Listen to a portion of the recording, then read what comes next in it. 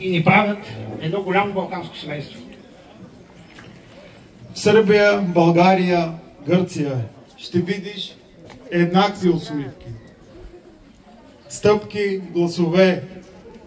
Тук днес сме едно цяло.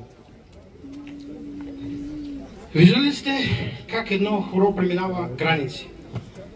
Как стъпките от българския ритъм се преливат в сръбски вихър и гръцки сетаки, и гръцко сетаки? Това не е просто фестивал. Това е доказателство, че културата ни свързва по-силно от всичко друго. Сърдечно благодарим на всички участници, доброволци и организатори.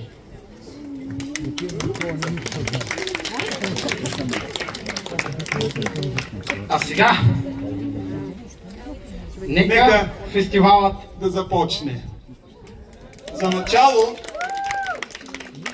мощно и красиво музикално изпълнение. Представяме ви Ани Лозанова, която ще изправи косите ви с песента "Високо" на ФСБ.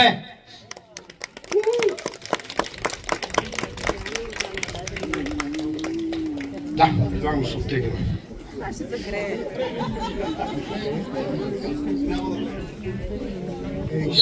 Освен ако не искате да ви побеем. Едно. Здравейте, българи! Честит празник!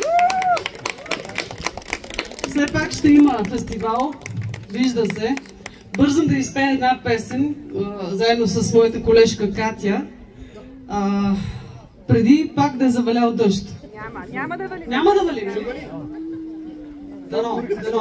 Защото много се постара Захари, много се постараха всички замесени в този фестивал, който сега стартира и прохожда. Пожелавам му сърце да стане традиция и всяка година да се събираме тук и тук на някое друго място и да празнуваме любовта си към България.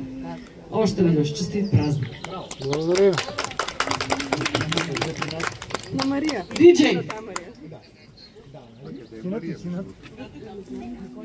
Позна го. Има вътре.